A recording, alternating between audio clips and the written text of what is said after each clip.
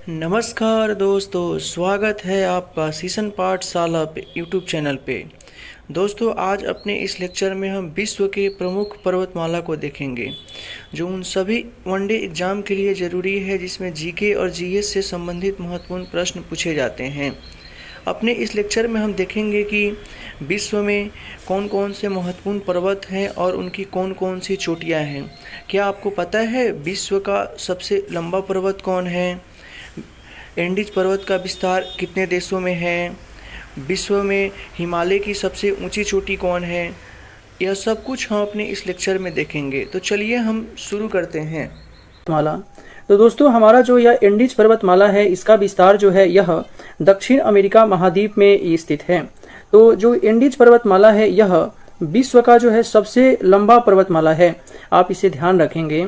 साथ ही इस पर्वतमाला की यदि लंबाई की बात की जाए तो लगभग 7000 किलोमीटर इस पर्वतमाला की लंबाई है। और वहीं यदि हम ऊंचाई की बात करें तो यह विश्व का जो है दूसरा सबसे ऊंचा पर्वतमाला है। पहला ऊंचा पर्वतमाला जो है हमारा हिमालय पर्वतमाला है। तो आप ध्यान रखेंगे कि एंडीज पर्वत जो है यह लंबाई के दृष्टि से विश्व का सबसे लंबा पर्वतमाला है और ऊंचाई के दृष्टि से विश्व में दूसरे स्थान पे है। साथ ही यह एक नवीन बलित पर्वतमाला है। दोस्तों, आप ध्यान रखेंगे कि जिस भी पर्वतमाला की ऊंचाई लगभग 4000 मीटर से अधिक होती है वह एक नवीन बलित पर्वतमाला अधिकांशतः होते हैं। आप यहाँ यह भी ध्यान रखेंगे कि यह जो एंडीज पर्वतमाला है इसका निर्माण जो है अमेरिकन प्लेट और नजगा प्लेट के अभिसरण से हुआ है। आप इन सभी तथ्यों को ध्यान रखेंगे। आगे है कि एंडीज पर्वतमाला का विस्तार जो है 7 देशों में है। दोस्तों, आप इन सभी 7 देशों के नाम को जरूर ध्यान रखेंगे। आपसे प्रतियोगी परीक्षा में प्रश्न दिए जाएंगे और पूछे जाएंगे कि इनमें से किस देश में एंडीज पर्वतमाला का विस्तार नहीं है। तो यह 7 देश हैं। पहला है वेनेजुएला, दूसरा है कोलंबिया, तीसरा है इक्वाडोर, चौथा है बोलीविया, पांचवा है पेरू, छठा है चिली और 7वां है अर्जेंटीना। आप यहाँ एक बहुत ही महत्वपूर्ण पॉइंट ध्यान रखेंगे कि दक्षिण अमेरिका महाद्वीप का सबसे बड़ा देश जो ब्राजील है, तो ब्राजील में एंडीज पर्वतमाला का विस्तार नहीं है। आप इसे ध्यान में रखेंगे। आगे है कि जो एंडीज पर्वतमाला है इसकी सबसे ऊंची चोटी जो है एकांगुआ है। आप इसे भी ध्यान रखेंगे। और इसकी सबसे जो ऊंची चोटी एकांगुआ जो है यह यहाँ चिली देश है और यहाँ अर्जेंटीना देश है। दोनों की सीमा पर स्थित है एकांगुआ पर्वत चोटी। आप इसे ध्यान रखेंगे। और आप यहाँ यह भी ध्यान रखेंगे कि एकांगुआ जो है यह एक मृत ज्वालामुखी का उदाहरण है। आगे है कि जो एंडीज पर्वतमाला है इसके पूर्वी ढलानों पर वन मिलते हैं और जो वन मिलते हैं वहाँ स्थानीय भाषा में उसे हम मोन्टाना कहते हैं। साथ ही आप यहाँ यह भी ध्यान रखेंगे कि जो अमेजन बेसिन है, इस अमेजन बेसिन में जो वन मिलता है उष्णकटिबंधीय सदाबहार वन, उसे हम सिलवास कहते हैं। और वहीं पे जो एंडीज पर्वतमाला के पूर्वी ढलान पे जो वन मिलता है उसे हम मोन्टाना कहते हैं। तो आपकी प्रतियोगी परीक्षा में ऐसे प्रश्न पूछे जा सकते हैं कि एंडीज पर्वतमाला के पूर्वी ढलान पे सिलवास वन मिलते हैं, क्या यह कथन सही है? तो आप ध्यान रखेंगे कि यह कथन गलत है, क्योंकि एंडीज पर्वतमाला के पूर्वी ढलान पे जो वन मिलते हैं उसे हम मोन्टाना कहते हैं। आइए अब हम आगे देखते हैं। हमारा अगला अब पर्वतमाला है, यह है ग्रेट डिवाइडिंग रेंज। तो दोस्तों, यह जो ग्रेट डिवाइडिंग रेंज है इसका विस्तार जो है ऑस्ट्रेलिया में स्थित है। आप यहाँ ऑस्ट्रेलिया का जो पूर्वी भाग देखिएगा, यहीं पे जो है ग्रेट डिवाइडिंग रेंज का जो है विस्तार है। साथ में आप यह भी ध्यान रखिएगा कि यह जो है ऑस्ट्रेलिया के जो है पूर्वी भाग में स्थित है और यह उत्तर से दक्षिण दिशा में विस्तृत है। आप इसे ध्यान रखिएगा। और इसी के पूर्व में समुद्र में यहाँ पे ग्रेट बैरियर रीफ है। आप ध्यान रखेंगे कि जो ग्रेट डिवाइडिंग रेंज है यह ऑस्ट्रेलिया के पूर्वी भाग में है, लेकिन वहीं पे यहाँ पे जो ग्रेट बैरियर रीफ है जो प्रवाल भेदी है यह ऑस्ट्रेलिया के जो है उत्तर पूर्व भाग में है। आपको परीक्षा में कंफ्यूज किया जा सकता है कि ग्रेट डिवाइडिंग रेंज जो है यह ऑस्ट्रेलिया के उत्तर पूर्व में स्थित है। तो आप ध्यान रखेंगे कि ग्रेट डिवाइडिंग रेंज ऑस्ट्रेलिया के पूर्वी भाग में और यह उत्तर से दक्षिण दिशा में विस्तृत है। साथ में आप ये भी ध्यान रखेंगे कि ग्रेट डिवाइडिंग रेंज की उत्पत्ति जो है टर्शियरी युग में हुई थी। आगे है कि इसकी सबसे ऊंची जो चोटी है उसका नाम है माउंट कोसियुस्को। तो आप ये भी ध्यान रखेंगे कि ग्रेट डिवाइडिंग रेंज की सबसे ऊंची चोटी जो है माउंट कोसिस्को है। आइए अब हम अपने अगले पर्वतमाला को देखते हैं। अगला हमारा पर्वत है एटलस पर्वतमाला। तो दोस्तों यह जो एटलस पर्वतमाला है इसका विस्तार जो है यह जो अफ्रीका महाद्वीप है, इस अफ्रीका महाद्वीप के उत्तर पश्चिम क्षेत्र में जो है यह एटलस पर्वतमाला का विस्तार है। जैसे कि यह अपना अफ्रीका महाद्वीप का मैप हुआ, तो इसके यहाँ पे जो है एटलस पर्वतमाला का जो है विस्तार है, आप इसे जरूर ध्यान में रखेंगे। और यह अफ्रीका महाद्वीप के उत्तर पश्चिम क्षेत्र में स्थित है और यह 3 देशों में फैला हुआ है आपका एटलस पर्वत। यह 3 देश हैं, अल्जीरिया, ट्यूनीसिया और मोरक्को। आप इन तीनों देशों के नाम को आप ध्यान में रखेंगे। आपसे ऐसा प्रश्न पूछा जा सकता है कि आपको 4 देश का नाम दे दिया जाएगा और पूछा जाएगा कि निम्न में से किस देश में एटलस पर्वत का विस्तार नहीं है, तो आप ध्यान रखेंगे कि 3 देश जो हैं। आगे है कि जो एटलस पर्वत है इसकी सबसे ऊंची चोटी जो है माउंट टोबुकल है और यह मोरक्को में है। आप ध्यान रखेंगे। आपसे ऐसे भी स्टेटमेंट दिया जा सकता है कि माउंट एटलस की सबसे ऊंची चोटी जो माउंट टोबुकल है यह अल्जीरिया में स्थित है। तो आप ध्यान रखेंगे कि यह अल्जीरिया में नहीं बल्कि मोरक्को में स्थित है। आइए अब हम अगले पर्वतमाला को देखते हैं। हमारा अगला पर्वतमाला है ड्रेकेंसबर्ग पर्वतमाला। तो ड्रेकेंसबर्ग पर्वतमाला जो है यह भी अफ्रीका महाद्वीप के दक्षिणी भाग में स्थित है और यह दक्षिण अफ्रीका देश में स्थित है। आप यहाँ पे दक्षिण अफ्रीका देश है, यहीं पे आप ड्रेकेंसबर्ग पर्वत की स्थिति को आप मैप में देख सकते हैं। साथ में आप यह भी ध्यान रखेंगे कि इसकी सबसे ऊंची चोटी जो है उसका नाम है माउंट नटलेनयाना। आप इस नाम को जरूर ध्यान में रखेंगे, जो इसकी सबसे ऊंची चोटी है ड्रेकेंसबर्ग पर्वत की। साथ में आप यह भी ध्यान रखेंगे कि यह जो ड्रेकेंसबर्ग पर्वत है इसी से ऑरेंज नदी का जो है उद्गम होता है। आइए अब हम अपने अगले पर्वतमाला को देखते हैं। हमारा अब अगला पर्वतमाला है अपलेशियन पर्वतमाला। तो यह अपलेशियन पर्वतमाला जो है यह उत्तरी अमेरिका महाद्वीप में स्थित है और इसका विस्तार मुख्य रूप से जो है संयुक्त राज्य अमेरिका जो है इसके दक्षिण पूर्व में स्थित है। आप यहाँ पे मैप में अपलेशियन पर्वत की स्थिति को आप देख सकते हैं। साथ में आप यह भी ध्यान रखेंगे कि जो यह अपलेशियन पर्वत है यह एक प्राचीन मोरदार पर्वत का उदाहरण है और वर्तमान में जो है जिस प्रकार अपने भारत में अरावली पर्वत अवशिष्ट रूप में है, उसी प्रकार यह अपलेशियन पर्वत भी वर्तमान में अवशिष्ट रूप में जो है विद्यमान है। साथ में आप यह भी ध्यान रखेंगे कि यह कोयला भंडार के लिए विश्व में प्रसिद्ध है और जो अपलेशियन पर्वत है इसकी सबसे ऊंची चोटी जो है माउंट मिशेल है। आप इसे भी ध्यान में रखेंगे। साथ में आप यह भी ध्यान रखेंगे कि जो यह अपलेशियन पर्वतमाला है इसी पर्वतमाला के भाग हैं ग्रीन पर्वत, व्हाइट पर्वत, ब्लू पर्वत, इसके विस्तारित रूप हैं। आप इसे जरूर ध्यान में रखेंगे। आपसे पूछा जा सकता है कि ग्रीन पर्वत जो है किस पर्वत का विस्तारित रूप है, तो आप इसे ध्यान रखेंगे कि ग्रीन, व्हाइट, ब्लू ये सभी अपलेशियन पर्वत के विस्तारित रूप हैं। अगला हमारा पर्वतमाला है यूराल पर्वतमाला। जो यह यूराल पर्वतमाला जो है यह रूस के साइबेरियन क्षेत्र में उत्तर से दक्षिण दिशा में स्थित है। आप यहाँ ध्यान रखेंगे कि यहाँ पे जो है यह यूराल पर्वतमाला की स्थिति है। आप मैप में इसे जरूर ध्यान रखेंगे। साथ में आप यह भी ध्यान रखेंगे कि जो यह यूराल पर्वतमाला है यह एशिया और यूरोप के बीच जो है प्राकृतिक सीमा बनाता है। तो यूराल पर्वतमाला एशिया और यूरोप के बीच जो है प्राकृतिक सीमा का निर्धारण करता है। आप इसे भी ध्यान रखेंगे। साथ में यह जो यूराल पर्वतमाला है इसकी सबसे जो ऊंची शिखर है उसका नाम है नरोडे नया। आप इसे जरूर ध्यान में रखेंगे। और यूराल पर्वतमाला का जो क्षेत्र है यह लौह अयस्क की दृष्टि से जो है विश्व भर में प्रसिद्ध है। तो आप इन सभी पॉइंट को ध्यान में रखेंगे। इसमें सबसे इम्पोर्टेंट पॉइंट है कि यह एशिया और यूरोप के बीच में प्राकृतिक सीमा का निर्धारण करता है। हमारा अगला पर्वतमाला है आल्प्स पर्वतमाला। दोस्तों यदि हमारा सेशन आपको अच्छा लग रहा है तो आप हमारे चैनल को प्लीज सब्सक्राइब करें।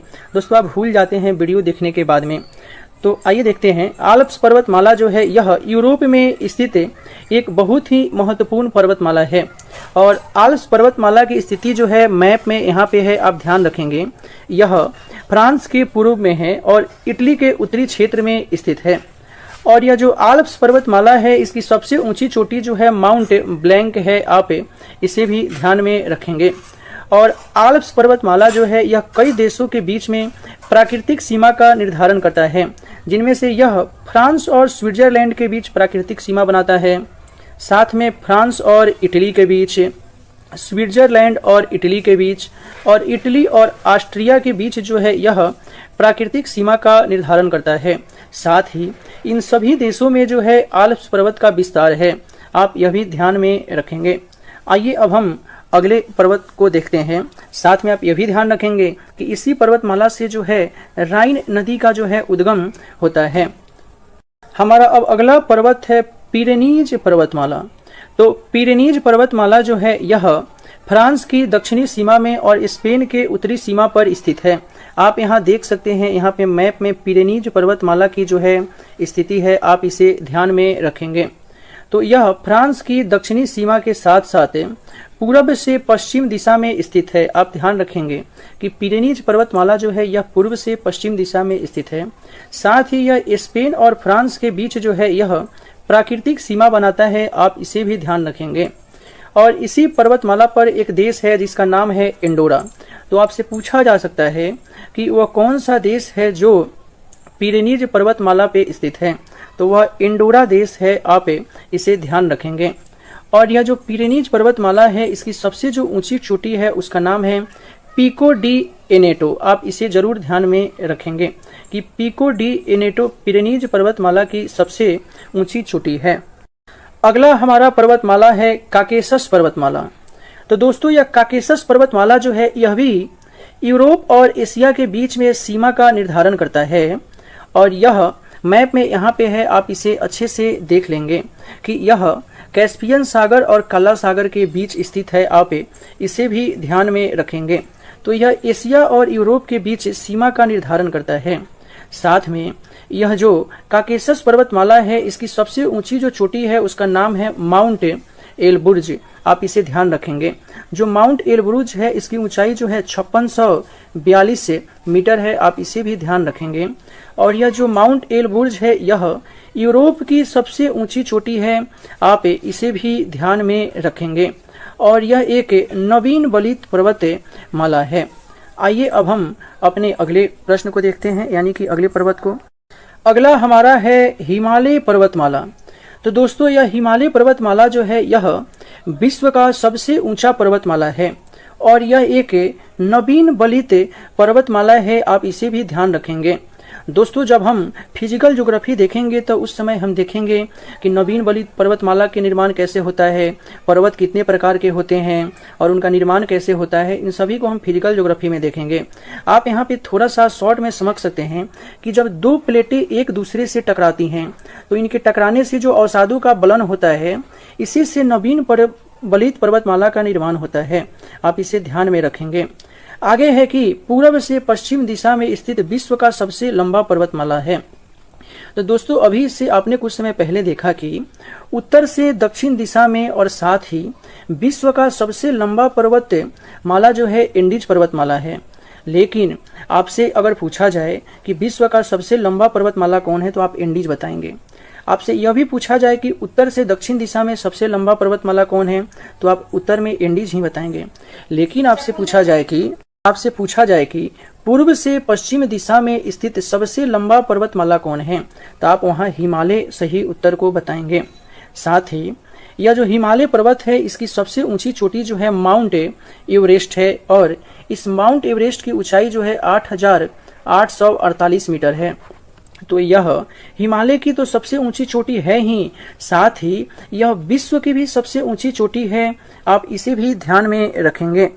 दोस्तों आइए अब हम देखते हैं कि विश्व में जितने भी पर्वतमाला हैं उनमें से कौन से पर्वत के प्रकार के उदाहरण कौन कौन से हैं। कई बार परीक्षा में होता क्या है कि आपको पर्वत दे दिया जाता है और पूछा जाता है कि निम्न में से कौन ब्लॉक पर्वत है या कौन बलित पर्वत है या कौन ज्वालामुखी पर्वत है या कौन अवशिष्ट पर्वत है, तो आप इन सभी को ध्यान रखेंगे।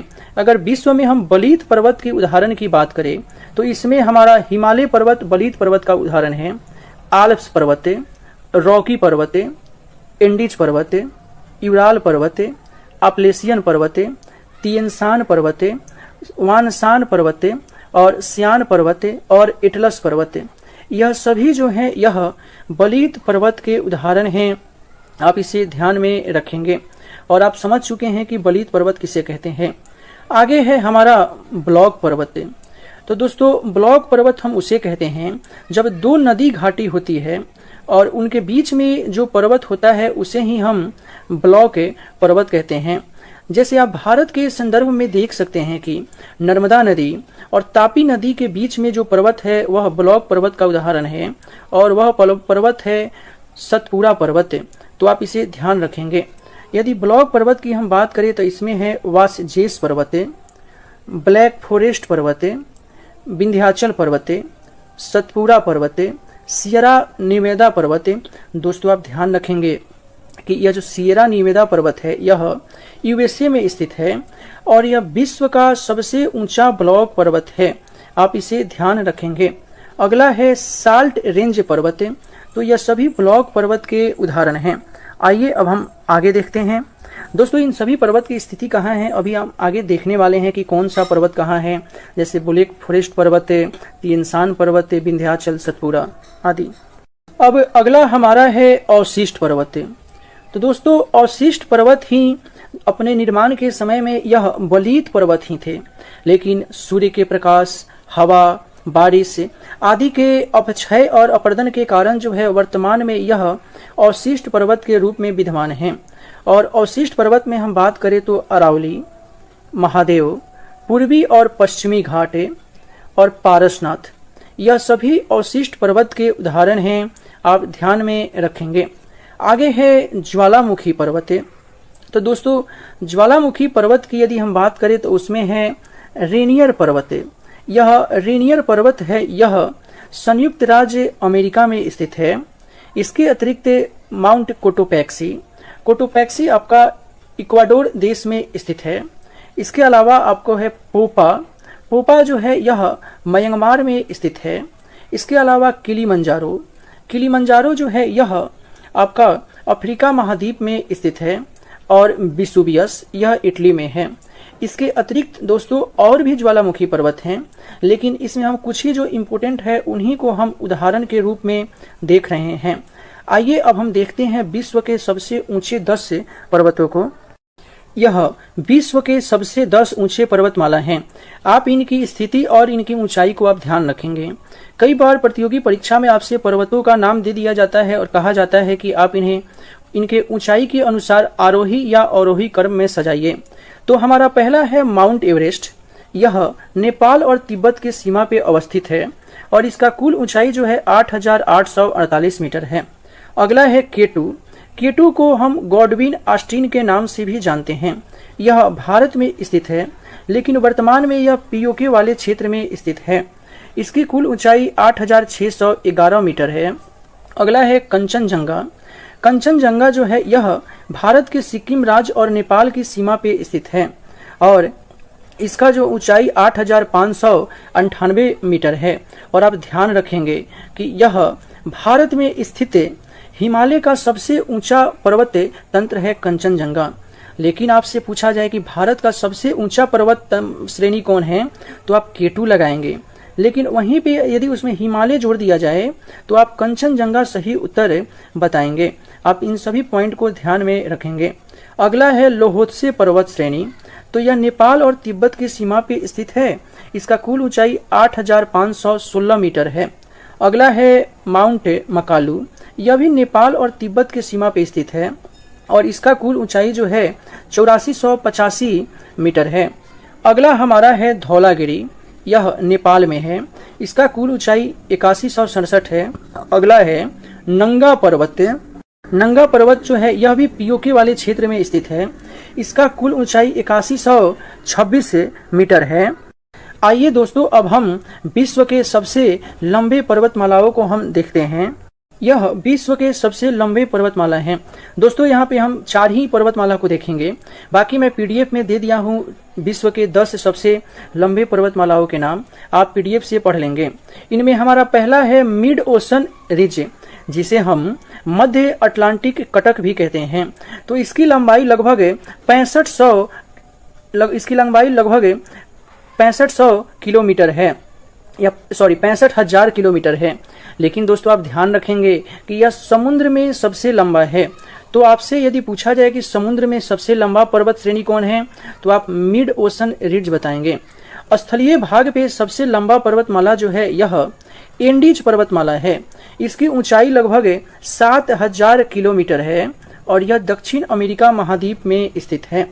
अगला है रॉकी पर्वत। रॉकी पर्वत जो है यह लगभग 4800 किलोमीटर लंबी है। यह उत्तरी अमेरिका महाद्वीप में स्थित है। अगला है ग्रेट डिवाइडिंग रेंज। यह लगभग 3500 किलोमीटर लंबा है। यह ऑस्ट्रेलिया महाद्वीप में स्थित है। आप इन सभी को क्रम के अनुसार आरोही और अवरोही दोनों रूप में आप ध्यान में रखेंगे। आइए अब हम आगे देखते हैं विश्व की प्रमुख पर्वतमाला कहाँ अवस्थित हैं और उनकी सबसे ऊंची चोटी। हमारा पहला है ट्रांस अटलांटिक पर्वत। तो दोस्तों यह जो ट्रांस अटलांटिक पर्वत है यह अटलांटिक का महाद्वीप में स्थित है और इसकी जो सबसे ऊंची चोटी है उसका नाम है माउंट विंसन मैसिफ। तो आप ध्यान रखेंगे कि माउंट विंसन मैसिफ जो है यह अंटार्कटिका महाद्वीप में स्थित है। आप ऊंचाई को देख लेंगे। आगे है ग्रेट डिवाइडिंग रेंज। यह हम देख चुके हैं, यह ऑस्ट्रेलिया में है और इसकी सबसे ऊंची चोटी है माउंट कोसिस्को। अगला है हिमालय काराकोरम और हिंदकुश।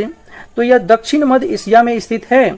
इसकी सबसे ऊंची चोटी है माउंट एवरेस्ट, हम यह भी देख चुके हैं। आगे है रॉकी पर्वत। रॉकी पर्वत जो है यह उत्तरी अमेरिका महाद्वीप में स्थित है और इसकी सबसे ऊंची चोटी है माउंट एल्बर्ट। आप इसे ध्यान में रखेंगे कि रॉकी पर्वत की सबसे ऊंची चोटी है माउंट एल्बर्ट। हमारा अगला है अल्टाई माउंटेन्स। यह अल्टाई माउंटेन्स जो है यह मध्य और पूर्वी एशिया में स्थित है। इसकी सबसे ऊंची चोटी का नाम है माउंट बेलूखा। तो आप ध्यान रखेंगे कि जो अल्टाई माउंटेन्स है इसकी सबसे ऊंची चोटी है माउंट बेलूखा। अगला है तिएन शान पर्वत श्रेणी। यह भी दक्षिण मध्य एशिया में है। आप ऐसे बोल सकते हैं कि यह चीन में स्थित है और इसकी सबसे ऊंची जो चोटी है उसका नाम है जोगिगिस चोकुसु। तो आप ध्यान रखेंगे कि तिएन शान की सबसे ऊंची चोटी है उसका नाम है जोगिगिस चोकुसु। अगला है एलबुर्ज श्रेणी। यह एलबुर्ज श्रेणी जो है यह ईरान देश में स्थित है और आप ये भी ध्यान रखेंगे कि यह कैस्पियन सागर के तट पे स्थित है और एलबुर्ज श्रेणी की सबसे ऊंची चोटी है देमाबंद। आप इसे ध्यान रखेंगे। अगला है जाग्रोस पर्वतमाला। यह भी ईरान में स्थित है। जाग्रोस पर्वतमाला की सबसे ऊंची चोटी है माउंट देना। तो आप ध्यान रखेंगे कि एलबुर्ज की सबसे ऊंची चोटी है देमाबंद और जाग्रोस पर्वत की सबसे ऊंची चोटी है माउंट देना और दोनों ईरान में स्थित है। अगला है सियरा माद्रे। तो सियरा माद्रे दो हैं, एक सियरा माद्रे ऑक्सीडेंटल और एक है ओरिएंटल। इन्हें सामूहिक रूप से हम सियरा माद्रे भी कहते हैं। यह मैक्सिको में स्थित है और इसकी सबसे ऊंची चोटी है पोटैसी। आप ध्यान रखेंगे कि सियरा माद्रे की सबसे ऊंची चोटी है पोटैसी। अगला हमारा है एपिनाइल श्रेणी। एपिनाइल श्रेणी जो है यह इटली में स्थित है और इसकी सबसे ऊंची चोटी का नाम है कोर्नो ग्रैंडो। तो आप ध्यान रखेंगे एपिनाइल श्रेणी की सबसे ऊंची चोटी का नाम है कोर्नो ग्रैंडो। अगला है कास्केड रेंज। कास्केड रेंज जो है यह संयुक्त राज्य अमेरिका और कनाडा में स्थित है और कास्केड रेंज की सबसे ऊंचा चोटी है माउंट रेनियर है। आप इसे ध्यान रखेंगे। अगला है अलास्का श्रेणी। अलास्का श्रेणी जो है यह संयुक्त राज्य अमेरिका का जो अलास्का भाग है वहां पे स्थित है और इसकी जो सबसे ऊंची चोटी है उसका नाम है माउंट मैकिनले, लेकिन वर्तमान में इसका नाम माउंट देनाली कर दिया गया है। और आप यहाँ दोस्तों ध्यान रखेंगे कि यह उत्तरी अमेरिका महाद्वीप का सबसे ऊंचा श्रेणी है। आप इसे जरूर ध्यान रखेंगे। और काकेशस श्रेणी हम देख चुके हैं। आइए अब हम आगे देखते हैं। आगे है कि पर्वतों का सागर किसे कहा जाता है। तो पर्वतों का सागर जो है हम ब्रिटिश कोलंबिया क्षेत्र को कहते हैं। आप इससे ध्यान रखेंगे कि ब्रिटिश कोलंबिया को हम पर्वतों का सागर कहते हैं। आगे है कि विश्व की सबसे लंबी पर्वत श्रेणी एंडीज है, हम देख चुके हैं। आगे है कि विश्व की सबसे ऊंची चोटियां किस प्रकार के पर्वतों में पाई जाती है। तो यह नवीन मुर्दार पर्वत या नवीन बलित पर्वत भी हम बोल सकते हैं। अगला है कि एंडीज पर्वत श्रेणी यह दक्षिण अमेरिका महाद्वीप में स्थित है। आगे है कि आल्प्स पर्वत का विस्तार किन देशों में है। तो यह हम देख चुके हैं कि आल्प्स पर्वत जो है यह ऑस्ट्रिया में है, जर्मनी, स्विट्जरलैंड, फ्रांस। आगे है कि हिमालय का विस्तार अराकानयोमा म्यांमार में स्थित है। आगे है कि ब्लैक फॉरेस्ट पर्वत यह जर्मनी में स्थित है। आगे है कि फ्रांस में स्थित वासजेस पर्वत यह ब्लॉग पर्वत का उदाहरण है। आगे है कि राइन नदी के किनारे जो है पर्वत स्थित है, उसका नाम है ब्लैक फॉरेस्ट और यह जर्मनी में स्थित है। आइए दोस्तों, अब हम पर्वत के निर्माण से संबंधित कुछ महत्वपूर्ण सिद्धांतों को देखते हैं, जिनमें हमारा पहला सिद्धांत है कि रेडियो एक्टिव सिद्धांत। तो रेडियो एक्टिविटी सिद्धांत जो है जॉली के द्वारा दिया गया था। अगला है संवहन तरंग सिद्धांत, यह होम्स महोदय के द्वारा दिया गया था। अगला है तापीय संकुचन सिद्धांत, यह जेफ्रीज महोदय के द्वारा दिया गया था। अगला है पर्वत निर्माणक भूसन्नति सिद्धांत, यह कोबर महोदय के द्वारा दिया गया था। अगला है महाद्वीपीय फिसलन सिद्धांत, यह डेली महोदय के द्वारा दिया गया था। अगला है महाद्वीपीय प्रवाह सिद्धांत, यह वेगनर महोदय के द्वारा दिया गया था। और अंतिम हमारा है प्लेट विवर्तनिक सिद्धांत, तो यह Harry Hess, Mackenzie, Parker, Morgan आदि लोगों के द्वारा मिल करके दिया गया था। दोस्तों, यह रहा हमारा आज का सेशन। हमारा सेशन आपको कैसा लगा आप कमेंट बॉक्स में जरूर बताएंगे। साथ ही आपसे कुछ प्रश्न मैं पूछ रहा हूं, इसका जवाब आप कमेंट बॉक्स में जरूर देंगे। पहला है कि अनातोनिया का पर्वत या पठार कहाँ है। दूसरा आपका है कि दक्षिणी आल्प्स पर्वत किस देश में है।